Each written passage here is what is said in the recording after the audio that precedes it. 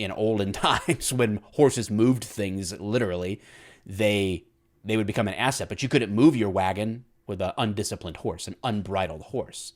And it's got me thinking, like, you can have all the drive, the passion in the world, the motivation, but if you don't have the discipline, it doesn't do you much good. And we're back, and I'm going to kick this off the right way with a fresh 1:20 in the afternoon non-alcoholic beer. It's my favorite guilty pleasure is drinking non-alcoholic beer in the workday. I think you spelled wrong way improperly. This episode is brought to you by Two Roots Brewing Company, Hella's version. Not an actual sponsor, but hey, if you're into non-alcoholic beer, there you go. It's much broader market now than O'Doul's. There was always O'Doul's was the only option, and now there's so many good non-alcoholic beer choices that are like not only lower in calories because it doesn't have alcohol, but I can drink 7 of these while I podcast and I can still make sense. Nice, I guess. Guys, I don't know that I would drink 7 beers wanting to make sense, but okay. Yeah, I suppose. Fair enough.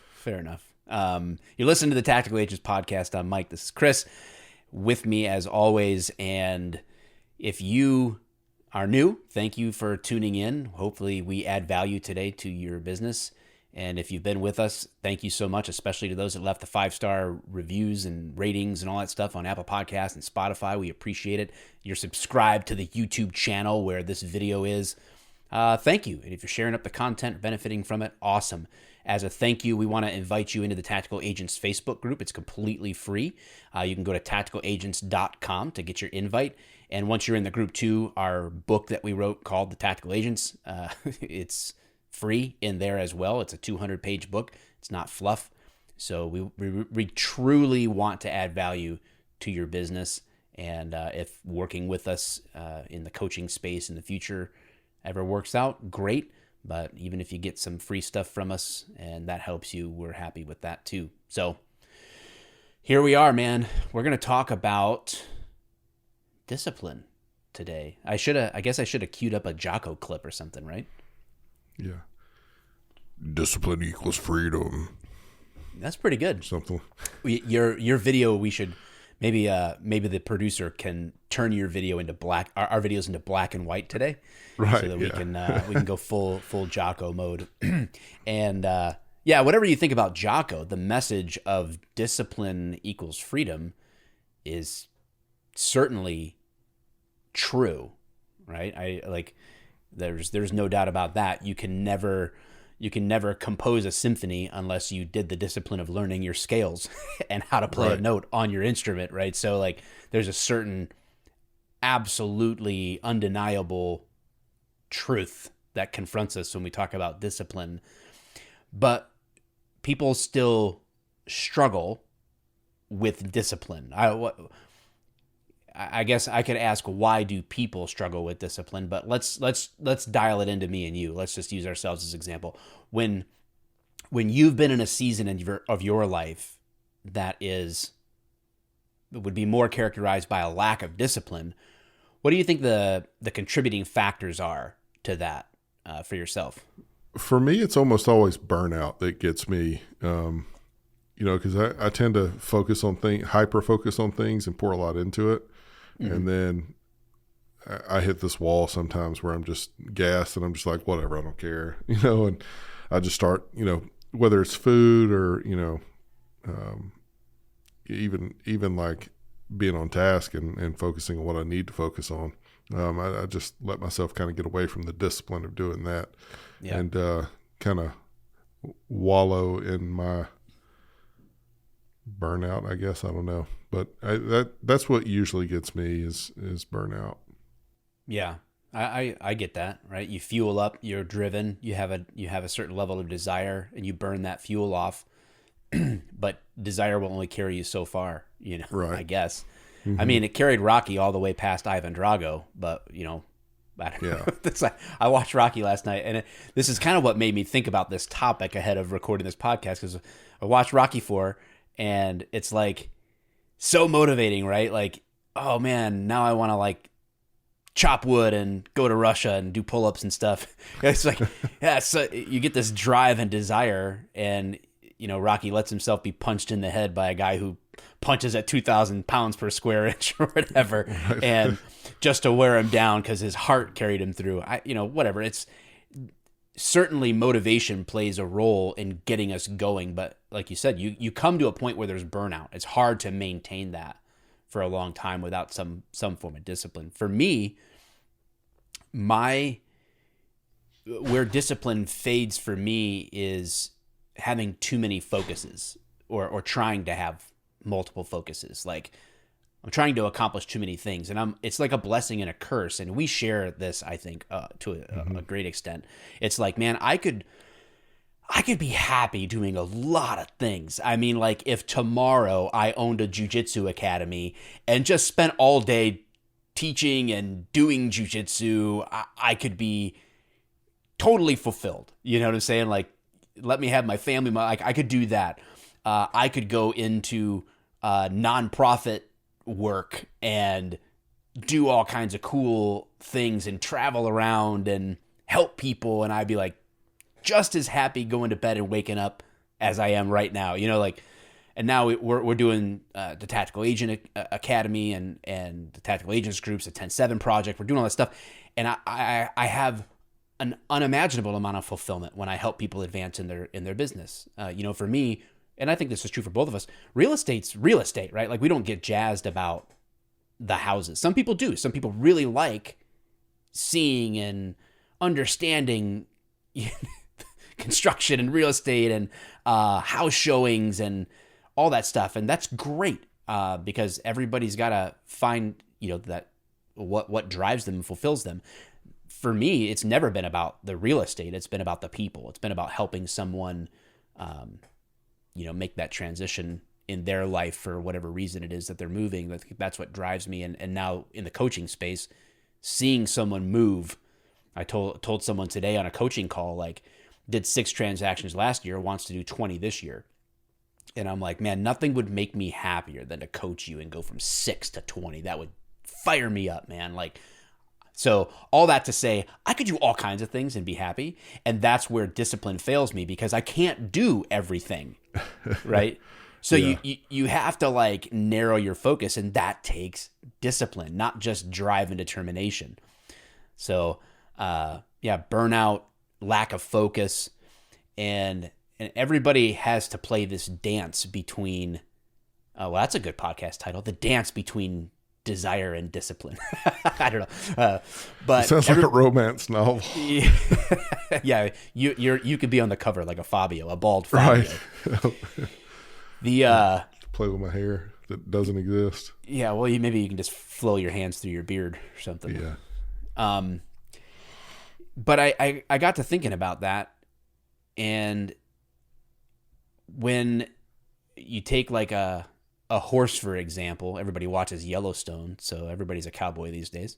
So this example won't fall on deaf ears because you watch Yellowstone.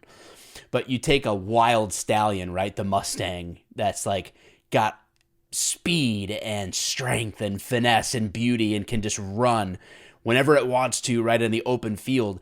Well, that's great, except it accomplishes nothing. You're not leveraging the power of the horse until it's bridled and disciplined. It's broken, right? You have to break the horse, but then the horse becomes an unimaginable asset to, a cowboy or whatever. But even if you're like in olden times when horses moved things literally, they would become an asset. But you couldn't move your wagon with an undisciplined horse, an unbridled horse. And it's got me thinking, like, you can have all the drive, the passion in the world, the motivation, but if you don't have the discipline, it doesn't do you much good. Well, it's interesting that you use the word broken. Yes, that definitely applies to horses, but when you're talking to people too, like, broken in this sense doesn't necessarily mean like beaten down. It just means like you have submitted to the fact that you need to be disciplined. And when you kind of get to that point in your life where you have submitted to it's a fact. Like, you cannot be successful without discipline, period. Yep. And I think when you realize that, and you've essentially broken that wild horse side of you and submitted to the process, that's when things really start to change for people, as far as, their personal success goes. I think in that sense, self-discipline is overrated, because we think like, oh, I have to have all this self-discipline. And so many of you, I'm sure, like myself, have experienced seasons where your motivation gets you going, whether it's getting in shape or losing weight or whatever. And then discipline has to take over, because you begin to lose motivation because it gets hard or it gets boring or whatever. And you have to come up with the self-discipline to put your feet on the floor in the morning or whatever else. But discipline from the outside is actually easier. So really the hard part would be submitting yourself to the outside discipline, right? Like, instead of trying to conjure up your own self-discipline, because if you don't have it, you can't just conjure it up. I think that's a reality. If you don't know how to be self-disciplined, you can't just decide one day, I'm going to be self-disciplined. You need help from the outside. It's like, maybe you can relate to this, you, Chris, and whoever's listening. If I said, oh man, I need to, I'm going to get up at 5 a.m.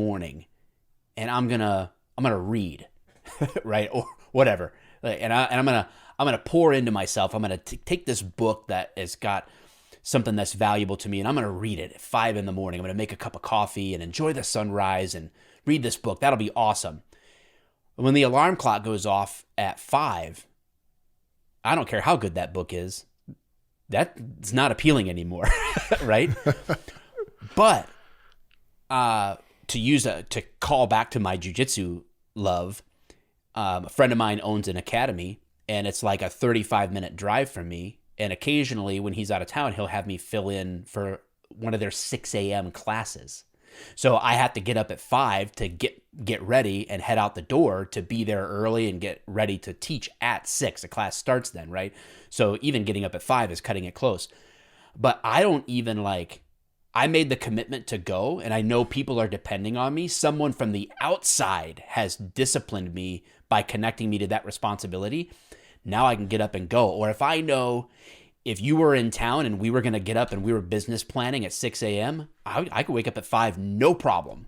I'll be ready for that large Americano and a blank sheet of paper. Like, I'd be fired up because the discipline is coming from the outside. Now someone's depending on me. Now there's an outside process that I need to follow. Do you resonate with that? Yeah, definitely. And, I can be a pretty disciplined person, and I know you can too. But one of the things that really got me, I hired a coach, and I paid a lot of money for this coach. And we were talking about getting everything ready and, how I was going to hold myself accountable and do all that stuff. She said, well, I'm going to hold you accountable too. And I was like, what do you mean? And she was like, well, if you don't accomplish these goals, if you don't do these things on a day-to-day basis, what is your penalty going to be? And I said, well, that's a good idea. I should put something on it that'll keep me tied to this discipline, this outside influence. And I said, I'll donate, $3,000 to charity or something like that. And she started laughing. She said, donating to charity feels good, Chris. And I was like, oh, okay. And she was like, you used to be a cop, right? I was like, yeah. She was like, I bet you're not a big fan of Hillary Clinton, are you? And I was like, not so much. And she said, cool. If you don't do this, you're going to donate $5,000 to Hillary Clinton's election campaign. Whoops. Yep. I promise you, I was disciplined as hell that next 6 months. And that was not self-discipline. That was the outside pressure right there. I was not going to do that. Yeah. It's funny you mentioned coaching, because that's really the key, right? If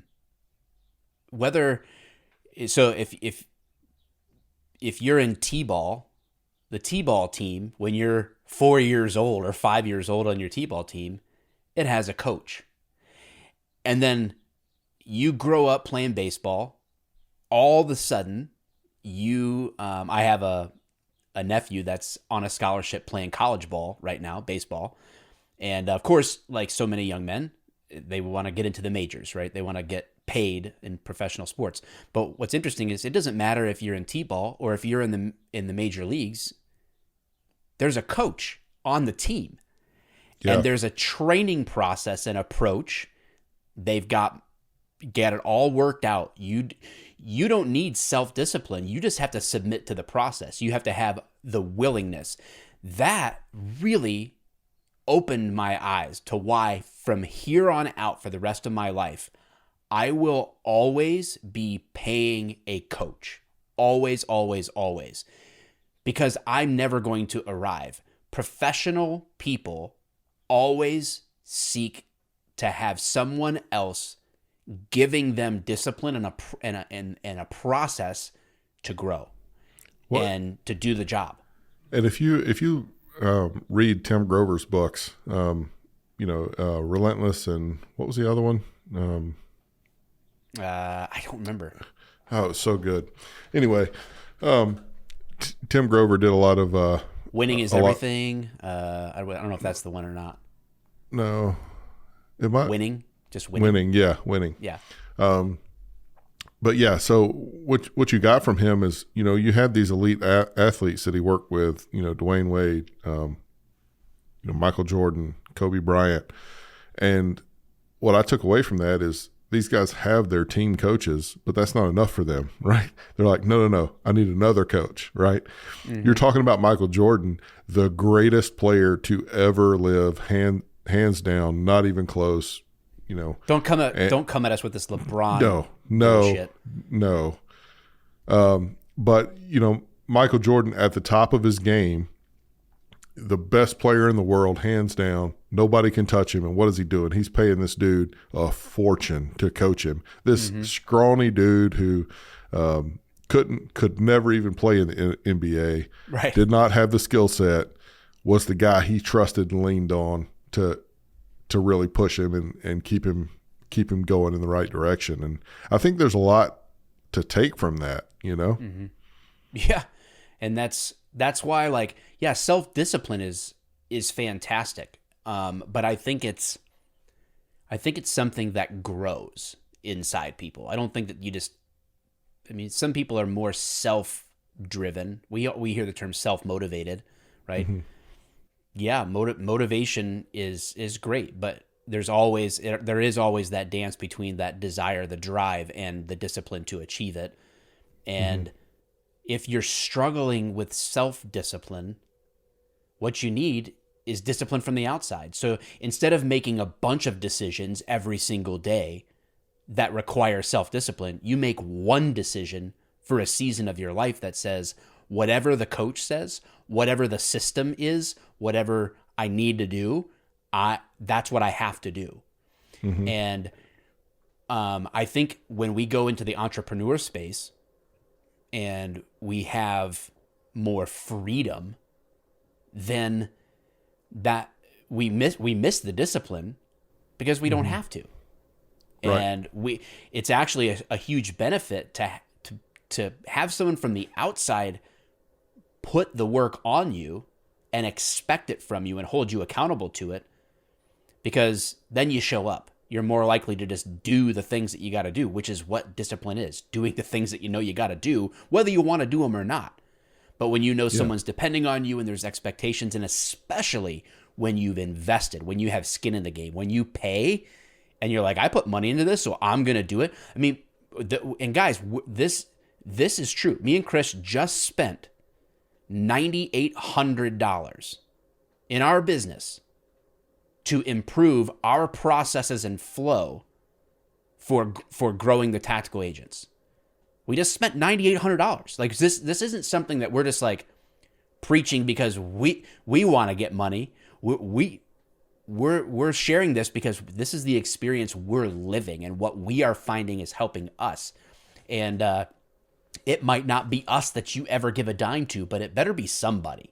And when you invest in yourself, you got skin in the game. That'll motivate you. That'll help the discipline, because it's like, well, I'm not just going to light freaking 10 grand on fire. No, I'm going to watch the videos. I'm going to do the things. I'm going to have the meetings. I'm going to take the actions, because I'm not lighting 10 grand on fire. Well, and that's, it's funny you say that, because if you look at, our coaching programs and you get into the advanced stuff that costs a little more and gets a little more one-on-one attention, and we're holding a little tighter to accountability, getting to turn in homework and stuff like that. What's really fascinating is when somebody comes into that program, they succeed. Like it's every single one of them. They increase their stuff. That's why, we throw a guarantee on it. Okay, if you do what we tell you to do, you're going to make a lot of money, because we're holding you accountable and you're being disciplined and you're doing what you're supposed to do. So yeah, it's we throw. I'm gonna tell you all you guys a big secret right now. Yeah, we throw a guarantee on it, because if you do it, you can't lose. So yeah, exactly. it's easy for us. Yeah, sure, we'll guarantee it. Do the work. Cool. Yep. You can't lose if you do it. So all right. Exactly. Well, guys, I don't know if you agree or disagree. Let us know in the comments. That's okay. You can drop a comment. And again, if you wanna join the fun, you can become part of the Tactical Agents group at tacticalagents.com to get your invite. Once you get in, you can connect with us directly, with people that we're connected to, just casually, and people that we're coaching. You can get our book for free. And again, hopefully we try to put value added content in the group regularly, so that it can help shift your mindset and improve your methods, all that good stuff. So join the fun. We're here for it. Any final parting words, Chris? Go get coaching. Quit being stupid. Couldn't have said it better. All right, guys, we'll see you next episode.